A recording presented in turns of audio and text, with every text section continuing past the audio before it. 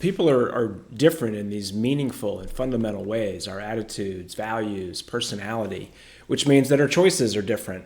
And even when our choices are the same, given to the same charity, as a for instance, the reason behind the choice is different.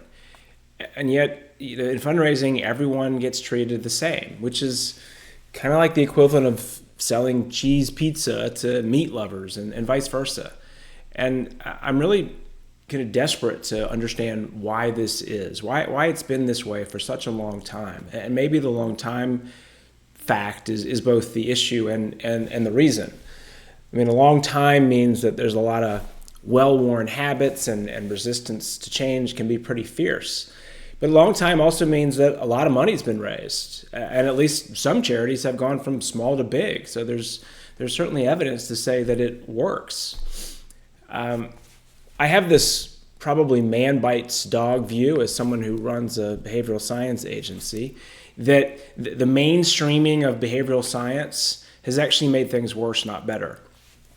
And I say that because most of the academics and damn near every practitioner has reduced behavioral science down to nudges. And we crank out these guides and workshops and blog posts and PowerPoint slides and copycat books that just repeat the original sin over and over. That these biases are universal and they apply equally to everyone. You want people to pick a certain gift amount, well, let's just sprinkle some social proof messaging on that reply form and away we go. Want people to do X, well, let's just make it the default option and we require opt-out, not opt-in. Want people to give a higher amount, let's put some anchoring in there. And the problem with all of this is that these biases work differently in different contexts and differently with different people. We are pretty messy after all. Take the holy grail of biases, which has a very wonky and unhelpful name of prospect theory. This argues that people are more motivated to prevent loss than having an equal gain. And so we should frame the message as preventing death, which is avoiding loss, versus saving lives, which is creating gain. Voila, done. Let's just frame everything as a loss and we'll raise a boatload more money.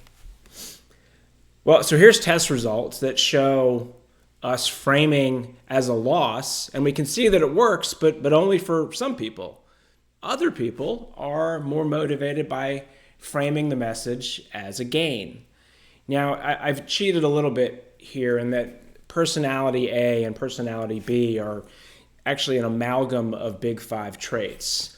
People higher in neuroticism and lower in extroversion are more motivated by that loss aversion, while people with who are higher in agreeableness and conscientiousness tend to prefer the gain framing. The bottom line is that different people respond differently. And it's worth noting that if you didn't break out the results by personality and just meshed it all together, and you had a control condition versus a gain frame versus a loss, you'd see that neither gain nor loss did better than the other.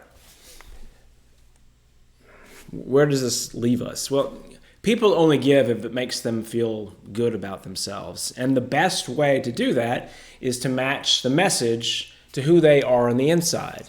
It feels like you know them. And this isn't magic and it's not rocket science, but it is social science. And it does require working differently, which isn't the same as working more, nor is it the same as working harder. You can work differently, not more, not harder, and not more expensively. It's just different.